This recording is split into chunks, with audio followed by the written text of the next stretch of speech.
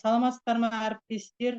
Мен Тастемирова Мираш Мырзабековна, Шымкент қаласы Мағжан Жұмабаев атындағы нөмір 39 мектептің графика және жобалау пәнінің мұғалімімін. Көркем еңбек сабағынан және қосымша білім беру педагог. Тақырыбым өнердегі кілем тоқудың инновациялық технологиялары. Яғни біздің егер біз балаларды кешегідей оқытсақ, онда біз балаларды ертеңінен айырамыз деген екен Джон Дьюи, 20 ғасырдың педагог философ, осылай бір сөз қалдырған екен. Ең бастысы білімге оқыту емес, ең бастысы не болып жатқандығын оқыту деген екен кеңес өкіметінің физигі Петр Капица. Сол сияқты өзіміздің Қасым-Жомарт Кемелұлы Тоқаев елбасымыз тамыздың пленарлық конференциясында білімді және кәсіпті машықтандыру, білім беру жүйесінің негізгі бағдары бәсекеге қабілетті дамыған мемлекет болу үшін біз сауаттылығы жоғары елге айналуымыз керек деп айтты өз сөзінде. Яғни білімді жоғары бәсекеге қабілетті ел болуымыз үшін бізде сабақтарымызда мысалы заманауи технологияларды пайдаланамыз.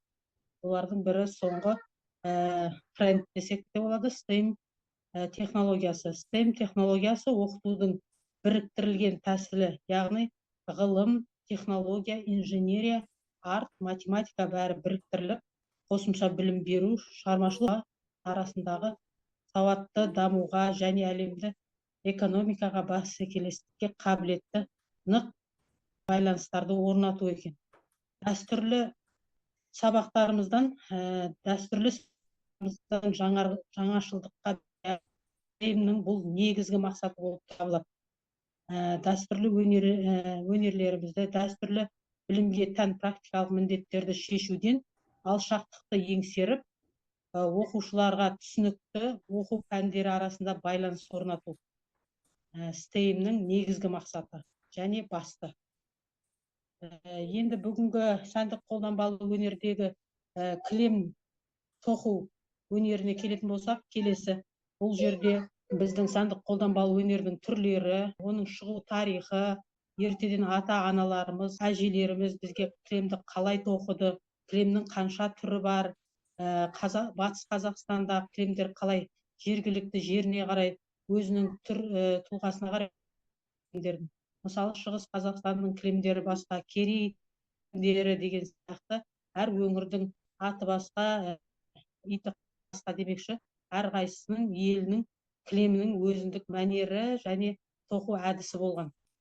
Қазіргі кілемдерде, мысалы, ерте замандағы апа әжелеріміз жерге қадаларды қадап, арқау жіп, бел жіп деп қадаларды қадап, немерелерін жүгірту арқылы, мына төменде тұрған суреттерде көріп тұрсыздар, кілем тоқылып жатыр, жел баулар, туырлық баулар тоқылып жатыр.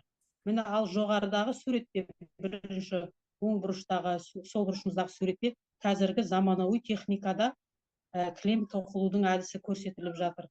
Ол қолжетімді және станокта қалай қазіргі заманауи кілемдерді тоқуға оқушыларға үйретуге болады, сол осы тәсілмен көрсетіліп жатыр. Одан кейін, тіпті одан да жеңілдетіп жағдайды қазір кілемдердің түрлеріне келіп тоқтайтын болсақ, тықыр кілем, түкті кілем және кестелі кілем және ткани, не ткани деп жатады. Олар жаңағы матасы, астында матасы арқау жібі деп жатамыз ғой. Бұрында арқау жіп салып, артына матаны тоқыған сияқты арқау жіп салып отырған. Ал қазіргі заманда мата қойғанбыз артына. Мата, яғни ткани гобелен, не ткани гобелен деп айтып жатады. Мына қыздармен өзімнің оқушы сабақтарында оқушы қыздармен ткани гобелен тоқып жатырмыз. Бұл ткани гобеленнің өзін, яғни маталы гобелен, матаға түсетін гобелен, түктісін және тықырын тоқып жатырмыз және кестелісін тоқып жатырмыз. Мына жерде сол оқу процесінен үзінділер, қыздар өз жұмыс барысында істеп жатқанын түсіріп алғам. Түкті гобелен, менің артымда тұрған, қазір көңіл бөліп қарасаңыздар, сурет сол менің тоқыған балаларға үлгі қылып көрсету арқылы тоқыған гобелен, түкті гобеленге жатады. Теріс жағынан тоқылады да, артқы жағы оң жағына айландырылады. Сөйтеді, түктері қырқылып, жаңа қосықтары қайшылармен инструменттермен қырқылады. Жалпы назарларыңызға рахмет. Мынау несіне презентациям осымен аяқталды, бірақ презентациядан бөлек мен сіздерге осы кілемнің қандай инструменттермен тоқылады және қандай құралдар мен саймандар арқылы оларды тігуге болады, соны қазір сіздерге көрсетіп кетемін. Так. Бізде кілемнің түрлерін айттым жаңа, иә? Түкті кілем, тықыр кілем. Мына ұршықта иіріліп тұрған екі иірілген кілем деп жіп деп аталады. Биязы жүндерден, жабағы жүндерден жасалған жіптер болады. Биязы жүндерден жұмсақ бір иірілген денеге жағымды жүндер, жіптер істелінеді. Сосын тықыр кілемдерге мынау сияқты қатты екі иірілген жіптер пайдаланады. Ал бізде нарықта қазір мынандай акриловый жіп деп жатады, өте жұмсақ, денеге де жағымды, жұмсақ, өте сондай жіптермен де тоқылады. Бұндай жіптермен біз мынандай кілемдерге арналған әдейі инелер бар, үлкен размердегісі, орташа және кіші размердегісі. Жіптің қалыңдығына, екі иірілгендігіне, бір иірілгендігіне қарай біз жіптің жұқа қалыңдығына қарай осыларға сабақтап тоқимыз. Сабақтап деп айтып жатады, орысша заправить деп айтады. Инені осыған өзінің сабақталу күрделі жолы бар. Соның ішіне кіргізіп, мына бетінен шығарып, одан мына тесіктен шығарып, соны инеге, планшетке керілген матаға, қазір сіздерге планшет көрсетейін. Мына жерде оқушыларымның жұмысы, ол тықыр кілем деп аталады. Міне жақсылап анық қарайтын болсаңыздар, мына жерлері тықыр, өте денеге қатты тиеді, әрі тастай болып тықыр болып тұрады. Міне, тым арасы ашылмайды да мүлдем. Осыны тықыр кілем дейміз. Бұл түйіліп тоқылады, ажырамайды бір-бірінен. Түктері осыны тықыр деп айтады. Өте тықыр. Бұны біз инемен тоқу арқылы тоқимыз да, сосын артына барлық кілемге қатысты технологияны жасаймыз. Міне артын қарасаңыздар, түйіліп қалған осыған пва клей жағылып, бір күн тұрып, кептірілгеннен кейін артына мата, мынау түйілген нашар жағымыз көрінбеу үшін матамен жапсырып, кейін жақсы сауатты оформлять етеміз. Яғни рәсімдейміз деп айтады ғой қазақшалап. Сөйтіп осы кілемді біткен кезде мынау бізде декабрь айында басталған жұмыстар, барлық оқушының жұмыстарын көрсетуге мүмкіндік жоқ, соның ішінде біреуін ғана көрсетіп отырмын. Ол тықыры. Енді мынау кестелі кілем деп аталады. Бұның айырмашылығы, бұл біз инемен тоқылмайды, кәдімгі бізде киім тігетін инелер бар ғой, сондай инемен жақындап қарасаңыздар, кесте тәсілімен тоқылған, бірақ бұл да кенеп матаға тоқылған. Байқасаңыздар, матасы қатты, дәл анау сияқты неге керілген, планшетке керілген. Содан кейін бұның да технологиясы дәл кілем тоққандай, артына пва клей жағылады, жұқа матамен жапсырылады. Содан кейін барып, мына жерден алынып тасталынады, рамкадан сөйтеді, жанына ала жіп, немесе ала құрт деп те жатады бір жерлерде, бір өңірлерде, сол жүргізіледі. Енді мына артымда тұрған менде түкті кілем. Бұл түкті кілемнің мына түктері қалың, түктері бар. Түктерінің ортасы мынандай кусачка деген қайшы болады, өте ыңғайлы қайшы. Осы түктерінің контурларын мен арық қылып, не жерлерін қырқып тастаймын, қырқып жүрем. Сол кезде мына жер томпақ, не жер сай болады, қайтадан томпақ, қайтадан сай болады. Бүйтіп ұстасаңыз, жұмсақ болып бүйтіп тұр, сай болып тұр. Содан рельефный бағдар, яғни бедерлі болып тұр. Бір жерлері сай, бір жерлері қыр, әдемі болып көрінеді. Контурды сөйтіп сайын, қырын істеу арқылы мына гүлдердің бәрі шықты бізге әсер қалдырып отыр. Мына жерге сасақтарын осылай салбыратып қойдым. Және тура сіздер айтқандай артына пва клеймен жұмыс жасатып, міне пва клеймен артына фетр матасын кірететтік. Яғни мынаның артындағы нашар түктері, тігілген, жапсырылған жұмыстар бар, көрінбей қалды. Мына жұмыс қалай істелінгені көрінбей қалды. Артын жасырып қойдық.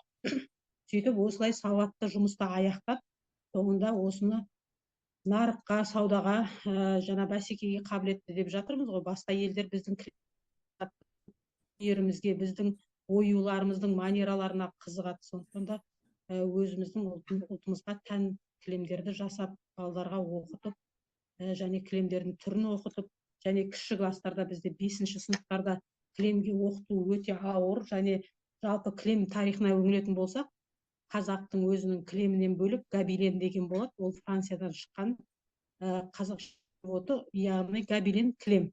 Бірақ ол жерде бізде кілем тоқуды станокта тоқиды. Ол мынандай станок.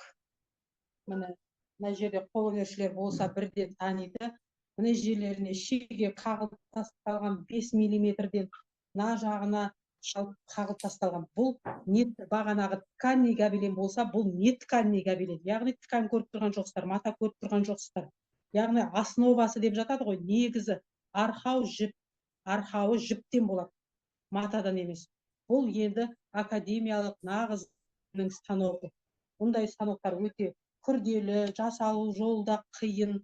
Сондықтан да біз тканный гобеленді өтіп жатырмыз мектепте, соның түрлерімен танысамыз, балдарға соларда жұмыс істеп жатырмыз.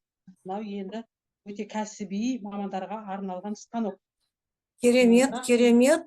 Мираш ханым, қазір енді сіздің видеоңызды қосайын. Сол видеоңызды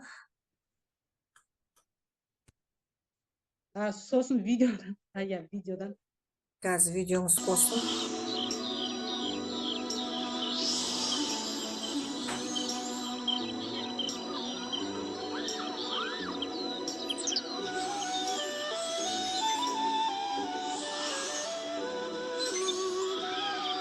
Менің балалық шағым.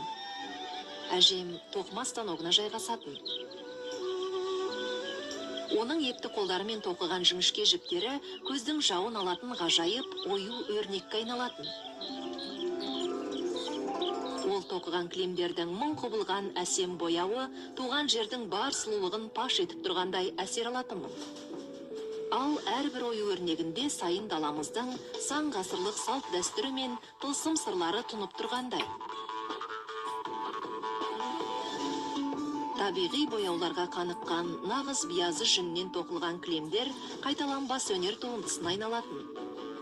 Тоқыма жұмысының аяқталуы оюлардың күрделілігіне, өте нәзік қол еңбегіне және кілемнің көлеміне байланысты болады.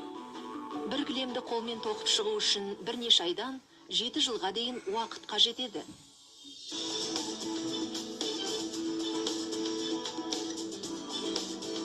Бүгінгі таңда елімізде осы керемет қолөнерді жалғастыра білген бірнеше кілем фабрикалары бар.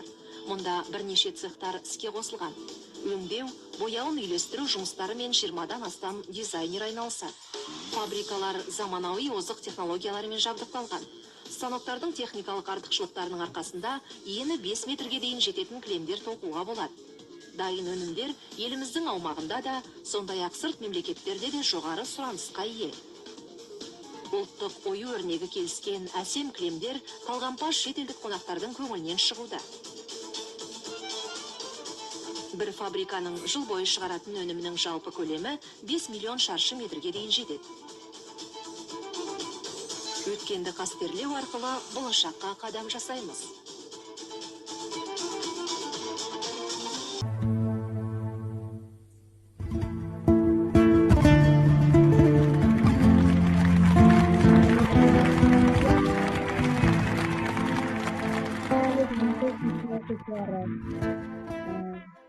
Бұл жерде тықыр кілем тоқу процесіндеміз. Біз бәріміз тықыр кілем тоқып жатырмыз. Алдыңғы екі оқушыға бір жұмыс тапсырылған бәрінде. Өйткені кілем бағанағы роликте өздеріңіз байқағандай, бір кілемді 7 жыл, 1 жыл, 2 жыл тоқыдық деп жатыр. Енді бізде де кілем тоқу өнері өте күрделі болғандықтан, кілем бұл жерде қос оқушыға бір планшет, бір шығармашылық жұмыс тапсырылған. Өздеріңіз қарап тұрсаңыздар, алғашқы қыздар пейзаж тақырыбында кілем тоқып жатсақ, екінші қыздар біздің Роза Бағланова портретін тоқып жатыр. Биыл Роза апамызға юбилей жасы жылы болып жатқандықтан сол кісіге арнадық бір кілемімізді. Мынау енді қазақтың ою өрнектері, жұлдыз өрнегі, қошқар мүйіз, деген оюларды базаға гүл сияқты қылып салып қойып, эскизін утверждать етіп, әбден эскизде қате болмаған жағдайда оны матаға түсіреміз, теңдеп матаға. Сөйтіп оны тоқтамыз. Қыздарға түстік. Шешімін бәрін тауып болғаннан кейін осы процеске кірісеміз. Бір тоқу процесі, ал мына жерде бізде енді екінші процесс мынау шұқыма ине деп аталады. Қытайдың инесі және Россиядан алынады бұл инелер. Инеге заправлять етіліп, жіп сол арқылы өтіп тоқылады. Екінші ол түкті кілем тоқу. Екінші қатардағы қыздар түкті кілем тоқып отыр. Бірінші қатардағы қыздар тықыр кілем тоқып отыр. Мына қыздар тықыр кілем тоқып отыр. Көңіл бөліп қарасаңыздар. Мынау біздің Роза Бағланованы тігіп отырған қыздарымыз. Роза Бағланова апамыздың суретін тігіп отыр. Картинаның аты Әпитөк.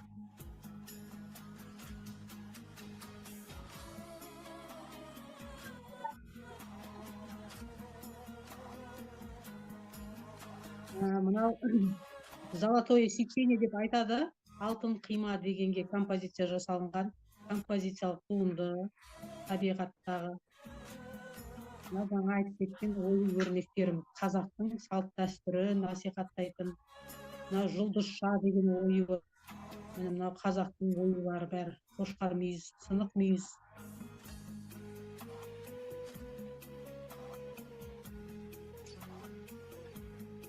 Мына арт жағын түйін деп жатыр.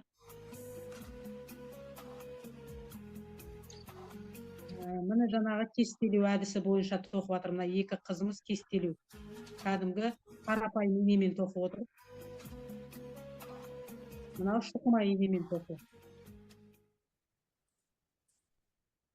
Жалпы 5-ші сыныптарға, бұл енді 9-шы, 8-ші сыныптың оқушыларына кілем тоқу осы процесте жүреміз.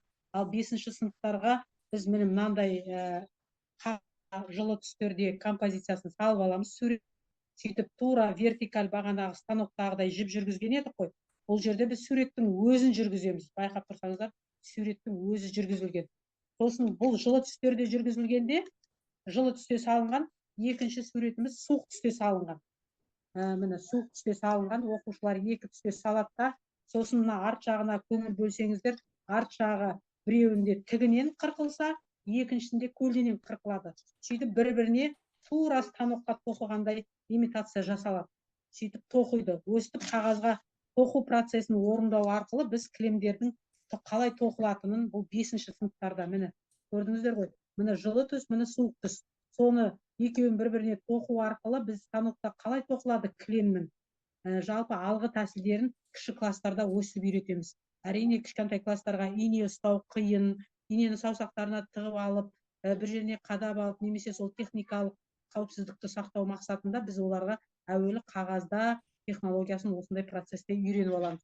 Осы технологияны мен инновациялық деп айтсам да артық айтпаған емес, балаларға өте ұнамды. Балалар осыны соңына дейін асығып, суреттің қалай әдемі болып шыққанына дейін асығып, ертеңіне де күтпей үйлеріне салып алып кеп әкеп қояды ғой, ана аяқтап.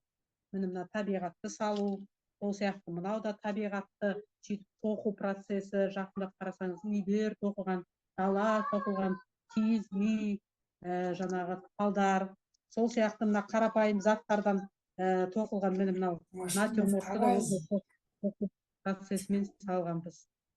Жалпы осы енді рахмет. Сабағым осымен аяқталды деп ойлаймын.